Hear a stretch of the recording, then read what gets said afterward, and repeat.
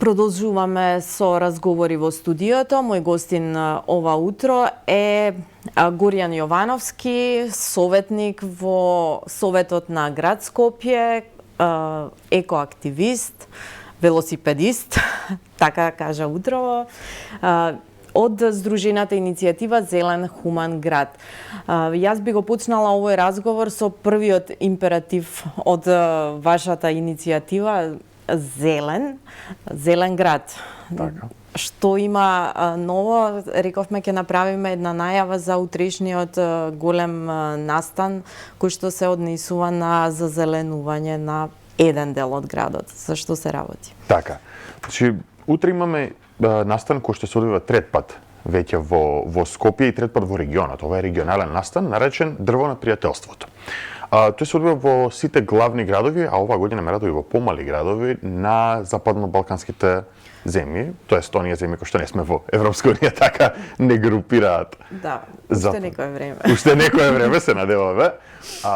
Каде што идејата е дека во исти ден, во исти час, значи утре во 11 часот, ќе се прави акција сегде во секој главен град за заседување дрво. Идејата на оваа акција е да се покаже дека треба секој да се инволвира од нас за зазеленување на нашите бетонски џунгли, за жал, од главни градови. Се поголеми стануваат. Се поголеми бетонски џунгли, да се фокусираме дека зеленилото ни е извор на чист воздух, дека зеленилото ни е извор на убава животна средина, на биодиверзитет, на помали температури во лето, кој што ај сега може ги забораваме, сега загадувањето ни е интересно, после во лето ќе се потиме, ќе се топиме, па тоа ќе ни биде, а зеленилото решава голем дел од овие проблеми. Така што утре насушно е потребно секогаш е потребно зеленило, мислам, не знам зашто имаме аверзија кон тоа. Така што да, утре во 11 часот 100 нови дрвја ќе бидат засадени од страна на ЕРКЕР, тоест Мој воздух иницијативата овде како организација која што застапува Македонија во овој проект, во Кисела вода, во паркче едно зад Флетаерон зградата.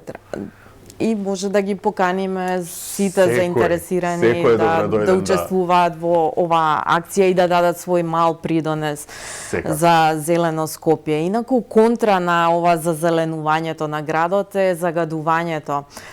Еве, мислам, минатата недела станавме, пак бевме во она неславна топ 5 листа на најзагадени градови во светот или во Европа беше? Европа, светот, знаеме на сите ранглисти да се шетаме. Сите ранглисти. Има ли чаре за загадувањето или ова, пошто сега со оглед на тоа, на енергетската криза, уште повеќе во погон ќе ги ставиме и оние капацитети кои што веројатно требаше да ги конзервираме веќе, да не ги употребуваме? Мене, види, ми е страв зашто збориме сега за енергетска криза, што значи дека треба мазот да почне да се користи, што е, мислам, страшна работа. Мене многу ме плаши користењето на мазот, посебно во котлина. Си ги знаеме последиците. Знаеме што ќе се случи. Мазот, јаглен, горење на се и се што, значи неконтролирана индустрија. Овие се проблеми кои што можеле да бидат решени на време. И ние си ги влечкаме, она до 5 до 12, кога ќе почне ептен да ни гори, тогаш не фаќа паника, тогаш фрламе сега соларни панели. Дечки, викам, живееме во земја со знаме, кој што има сонце на него, што значи дека имаме соларна енергија во ова наша мала земја. Треба да се искористи максимално. Секако, треба зашто не секој кров да има еден соларен панел? Зошто да не преземаме тие зраци од сонце кои што веќе се тука, наместо да ни пржат куќите, да ни станува жешко во него, може да харвестираме таа енергија и да претвараме во буквално енергија која што може да користиме за загревање на домовите, за работа во индустријата, за буквално за се. За буквално се. Да ја продаваме дури. Тој дел да беше плански направен, мислам, сега тоа е, сега ќе го правиме дури да е доцна, па сега и со финансиски средства, како што сме кнап кажано, ради кризата. Но ете, може, чаре има. Скопје, ќе го земаме како пример, е во котлина. И ќе речат зимо загадување. Точно, зашто се случува натурален феномен наречен температурна инверзија. Топол воздух. Тоа е во цел свет глобално. Сегде, да, ова не е дека ние климатските промени. Да, но температурната инверзија се случува во котлини најчесто. Затоа кога се качиме на водно и го гледаме она што викаме тепсија од загадување, така. Тоа е топол воздух од доле, што доаѓа од загревањето од нашето постоење, ладен воздух од струење, буткаат еден на друг и креираат капак врз котлината. И целото загадување, ние што го формираме доле, не може да искочи. седи доле по тој капак. Да, не може да се прочистиме некако. Точно, не може. Чекаме да дувне як ветер за да ја бутне таа маса надвор или да заврне. Но без тоа ние не можеме. Мораме да се навикнеме како Скопјани и како секој друг град што се наоѓа во Котлина. Да дишеме наш крки. Не, дека живееме во таква географска положба. Не може да го пукнеме водно за да направиме дупка за да добиеме воздух. Туку треба да научиме дека сме во Котлина и мора да го приспособиме нашиот начин на живот и нашата индустрија, која што за жал е лоцирана во градот се уште. Во градот се уште во оваа Котлина, дека не може на тој начин ние да обстанеме како град. Мораме многу поголем плански начин да примениме во размислувањето и да ги дислоцираме сите оние загадувачи кои што се тука, а сите останати кои што да речеме еве и од домаќинства ако доаѓа загадување, да ги префрлиме на нешто кое што нема да загадува. Тоа имаме соларни енергии, тоа имаме градско парно кое што не е проширено, има многу начини да се направи тоа плански на долг рок, ама никако да почнеме со планот. Така, меѓутоа има и други проблеми, еве со дивите депонии, значи дивите депонии, ја мислам дека се пример за едно некултурно живење во Скопје, непочитување апсолутно на животната средина и тоа како да нема никаква разврска, значи се прави, се чисти и повторно се прави. Значи се вртиме во некој магичен круг од кој што едноставно нема излез. Има излез. Има излез. Излезот, значи, вака, некогаш давам и примери вака од пријатели, за жал, што велам, овде ќе себеш ќе фрли хартија на земја, на улица, ќе фрли. Ја чоколада ќе го фрли. Си викам, добро бе, зашто го правиш тоа? Депа ти голема работа, други фрлат. Прво е веќе прљаво, па што ќе смени ова. Второ, кога ќе отидеме во странство, Германија, Холандија, пример. Да, тамо не се прави ништо. Викам, зашто не фрлиш тука? Не, ќе ме казнат. Значи, паниката, значи не е дека јас не знам дека ова не е добро, знам многу добро, но знам дека нема да имам последици ако го направам овде. Кај нас, значи јас тоа зборам. А што е со комуналните инспектори?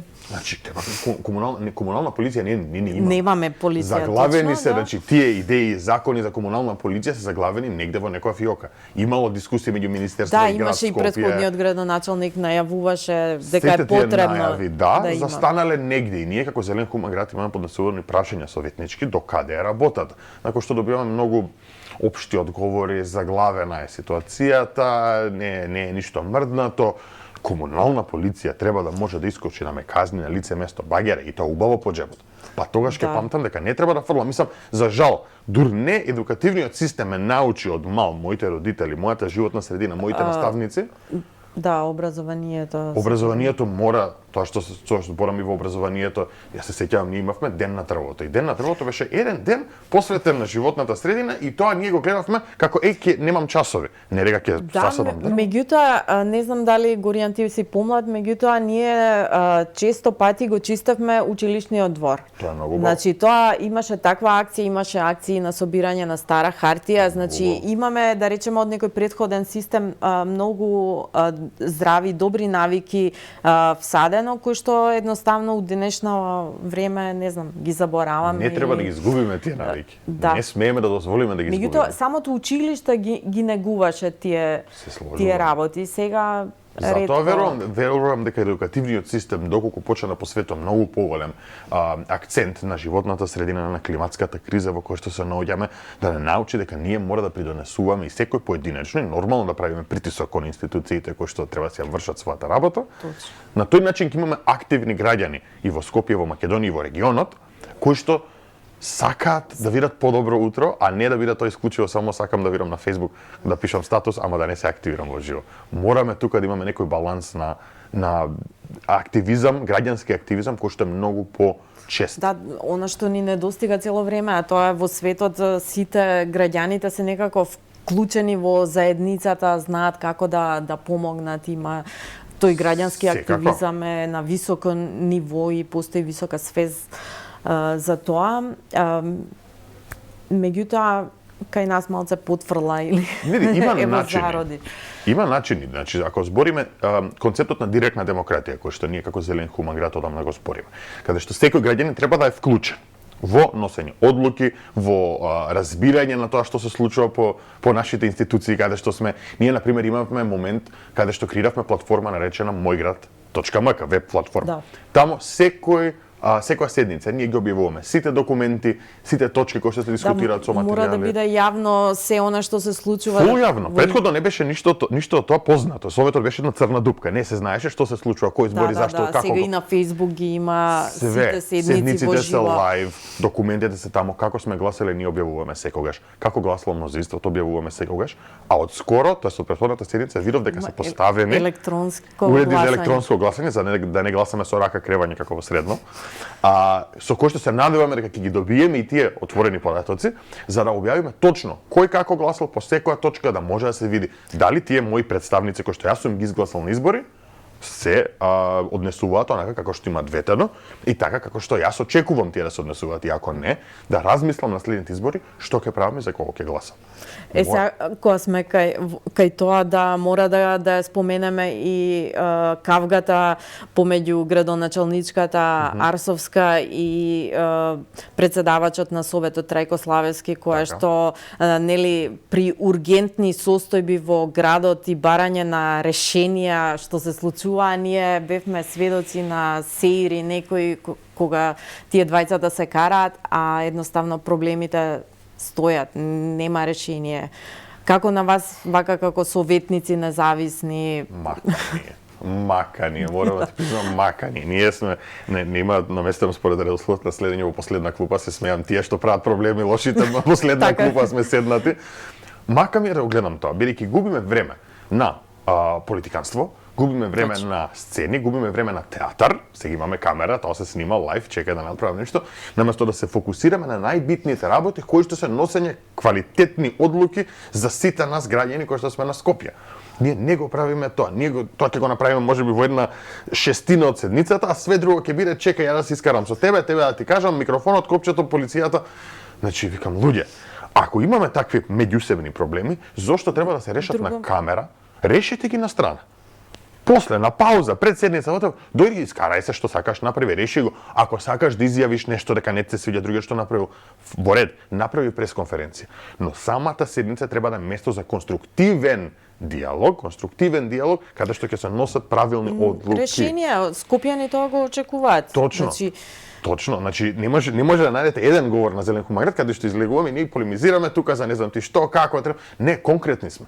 Точно, ова треба да се направи, овие документи ни фалат, овие се пред нашите предлози, еве ги на лист хартија, поздрав, пријатно. Бидејќи тоа се очекува од советник. Конкретни решенија за проблеми и слушање на граѓани. Сега, ќе го решили градоначалничката проблемот со приватните превозници во јавниот превоз? Види. Затоа ние како Зелен Хумаград... Да, вие поставивте и прашање советничко за оваа тема. Така, баш зборевме на оваа тема и не сакавме да изтрчаме или да излеземе негде со заклучок одма, бидејќи тоа е лесно одма. Едниот обвини вака, другиот обвини вака. Посложен е проблемот. Секој проблем е сложен, за жал. И не ги имаме секогаш сите информации за да може да донесеме заклучок, ти си крив или најчесто двајцата се криви. Ние се уште собираме информации, гледаме. Значи, од една страна имаше обвинување дека се наплаќале билети, но не се фактурирале, тоест не се давале фискални сметки, но не можевме да најдеме доказ од граѓани дека многу често се решава тоа. Од друга страна имаше обвинување дека не е нешто исплатено на време, но според сметките кои што ги гледаме финансиските извештаи се гледа дека многу контрадикторни се информациите, а всушност еве јас лично како граѓанин што користи јавен превоз, јас можам да потврдам дека не се купуваат картички во приватните автобуси. Така, значи можело да има ситуации кај што возачот решил на негова рака, тоа е нормално, корупција е, има во секој сектор, може и во ЕСП да го има, може да го има и тука во ГТЦ да ми наплатат мене влез да пробаат. Секогаш може да се деси. Не велам дека не, но дека постоел некој систем, ние не може да најдеме доказ. Исто така дека доколку ако годинава да речеме почнало како нула долг кон приватните превозници, да речеме дека не постоел претходен долг кој што се собирал со тек на времето, годинава мислам дека над 90%, како што ние пресметавме, се исплатени фактурите кон приватните превозници. 90% од сумата е исплатена. Така да и од едната и од другата страна има проблеми. Да, не велиме дека нема долг кој што е насобран кон приватните превозници. Да, не велиме дека тој долг не треба да се исплати, бидејќи тој е фактуриран. Тој ЈСП го има одобрано, град Скопје го има одобрано, тие фактури. Но проблемот е секогаш комплексен и на крајот на денот кога неколку страни се караат посебно на тема повеќе кој што е политичка од смисла него што е конкретно со конкретни проблеми, ние страдаме како граѓани. Тоа е најголемиот проблем. Што не интересира нас граѓаните? Ние нашите картички за јавен превоз во припејд ги купуваме. Точно. Нели? Однапред ги плаќаме и нели очекуваме да имаме превоз низ градот и сега граѓаните никој не ги прашува, а сите треба да стигнат или на работа или на училиште, секој со своите потреби. Многу е тоа, викам, овие проблеми кои што се случуваат навидум вака личат едноставни, но вистински се комплексни, затоа ние пробуваме да ги придобиеме сега сите информации и на последната седница на советнички прашања баравме дополнителни информации од ЈСП за да се установува конкретната состојба. Јас немам проблем да речем ти си во право или ти си во право, кој ќе имам сите податоци. Вака на верување или на убедување не можеме да работиме. Без податоци ние не работиме. Во секој случај останува еве ние како медиум, како Слободен печат ќе следиме да видиме каков ќе биде развојот на станите со градскиот превоз во Скопје. Остануваат кои други се ургентни други проблеми во град Скопје, вака според Зелен хуман град, што треба хитно да се решава? Ние секогаш имаме листа. Најхитниот. Ако ми дозволиш, имаме уште 2 сата ќе зборам на темата. Најхитните, видете, имаме проблеми кои што мора да се решат, да речеме, со отпадот во Скопје. Значи имаме 60% отпад кој што е органски. Органски отпад од храна. Се собира храна, фрламе, значи некој биоразградив отпад. Ние збориме упорно дека треба да се постават компостари. Значи првата компостара се надеваме дека ќе биде поставена, влезе во буџетот на град Скопје. Биокомпостар ги има во други градови низ Македонија, не сме први. Да, има, не. Има.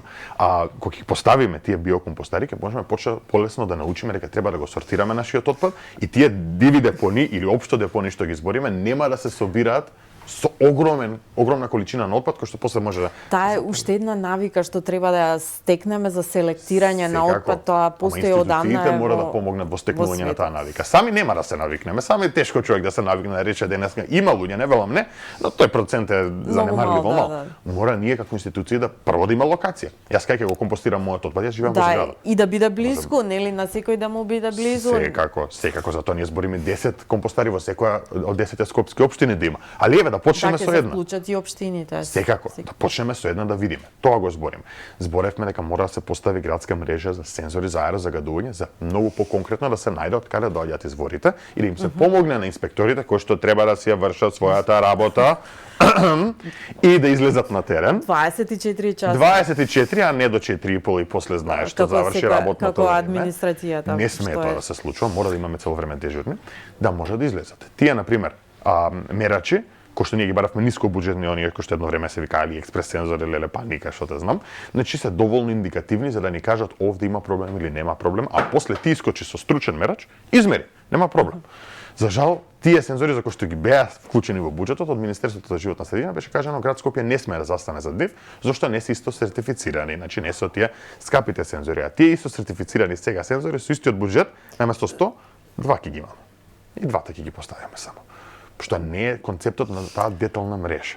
Па сега ние како активисти се вклучуваме. Убаво рековте да ги точно да лоцираме. Ние мора да знаеме од каде иде загадувањето и секако, зашто има студии кои што се објавуваат, па една контрадикторна на друга, па едната вели индустријата, кој што е главен доминантен загадувач неконтролиран. Ама кој дел од индустријата, точно кој објект, значи тоа мора да се знае, мора да и да понатака и за да се па и не мора да се санкционира, него да едноставно тие објекти да си превземат своји мерки. Затоа ние како активисти се активиравме во ова. Најдовме луѓе кои што сакаат да донираат такви сензори, пробуваме да собереме до 100 сензори донации, сега имаме собрано мислам околу 50 количина кои што ќе бидат. И кај волонтери ќе ги поставиме. Не чекаме. Ако не може институцијата да го реши проблемот, ќе се активираме ние ќе го почнеме да го работиме ова. Бидејќи доволно време бараме и збориме на ова. Да, мислам дека крајно време со име и презиме да ги посочуваме сите загадувачи, пошто имаме тие катастри на загадувачи, јас се сеќам и работев едно време со Ана Петровска во државен инспекторат за животна средина што беше, пробувавме да направиме катастар. Да, имаше и цела мапа направена мапа на загадувачи, на загадување. Тоа е идејата, но тие загадувачи не се контролирани. Не можеш. Мислам дека во меѓувреме се појавија нови, дека ние имаме континуирано и обележени и необележени загадувачи, но еве да речеме на големите индустријски капацитети, како не може да имаме ние 24 часовен јавен мониторинг на аерозагадување? 24 часовен јавен мониторинг. Нека дојде лабораторија мене да ми измери или не, ја ги имам, ама за мене се бројките. Па ќе дојдат. Како е тоа возможно? 24 часовен, периметарен. И ќе гледам. Ако околу периметарот од едната страна се јавува загадување, од другата страна не, значи од средина потекнува извртно загадување. Да, точно. Мислам, постојат методологии, точно може да се утврди кој е главниот загадувач и мислам дека ова се смешни овие не се проблеми кои што не се решени во светот. Ние треба само да ги практикуваме. Не измислуваме топла вода, све измислено, треба само да се примени. Па мислам дека дали исцрпивме се и само за крај едно прашање. Еве вие како независна иницијатива во Советот на град Скопје, еве ќе се обидете да протуркате некои вашите проекти и се. Меѓутоа, моменталната состојба во Советот на град Скопје баш и не дозволува тој некој распоред на сили, представува проблем и за градоначалничката да си ја проведе својата програма и за мнозинството. Како сега ќе функционира, како функционира Советот во однос на некои клучни одлуки? Еве, неодамна имаше донесено, Советот донесе одлука, да речеме за ФК Вардар, што беше, беше укината. Таа одлука беше многу чудна. Чудна, да. Во секој случај, меѓутоа, ке поминат ли некои важни одлуки што се за град Скопје, за Скопје? Тоа нас не интересира. Ние како Зелен хуман град, значи упорно. Многу е јасно јавно ние што работиме, значи цело време објавуваме на сегде ги има сите документи кои што проекти кои што се залагаме, амандмани кои што ги поднесуваме и ние упорно лобираме до сите други советници кои што се наши колеги таму да се користи сопствен разум при гласање. Значи, окей, како група, како партија, јасно ни е дека секогаш има некој тип на договор, некој начин на гласање, не е дека сега сите сме дојдени тука независни, не, двајца сме независни. Но окей, во ред, сепак мора да се гласа со сопствен разум, зашто овие проекти ние што ги предлагаме не е дека јас ќе ќарам нешто тоа или ти ќе ќариш нешто тоа. Тие се општи проекти за Скопјани кои што се собрани од Скопјани. Тие се јавно проекти земени, дали од платформата Мој град, дали од граѓански буџетски форум ние што организираме, така да не е дека јас сум седнал и сум измислил сега нешто. Екоактивистите од целиот град. Не само граѓани. Ти можеш слободно да отвориш Мој град МК и да предложиш проект, да речеш Горијан, јас верувам дека треба ова да се направи во Скопје. И да ако има доволен број на гласови од сите други корисници на платформата, ние ќе го земеме и ќе го предложиме внатре во градот. Ама како да го скокнеме оној партиски интерес за да донесеме вистински проекти кои што ќе значат развој на градот? Повеќе независни. Повеќе независни. Ако збориме за рипање на партискиот интерес, мора, затоа зборам, мора. Ние секогаш сме рекле внатре не идеме против некој или за некој. Ние идеме со здрав разум и велиме доколку проектот кој што е предложен од која била група советничка е во ред, супер, ќе го поддржиме. Ако не е во ред, нема да го поддржиме. End of story. И тоа треба, затоа велам, истиот начин на размислување треба да го имаат сите советници, ако сакаме навистина да имаме еден зелен и хуман град за живење. Така, убава поента. Јас се надевам дека времето не гази, може би понатака повторно ќе гостуваме, ќе зборуваме и за градежната мафија и за масакрот што се случува на зеленилото низ градот и никнувањето на нови зданија, менување на дупови и гупови. Горијан, ти благодарам за ова гостување и посакувам успех на седниците и град Скопје конечно да донесе решенија кои што се важни и од животно значење за Скопјани. Комплетно се сложувам и фала ви што не следите. Благодарам.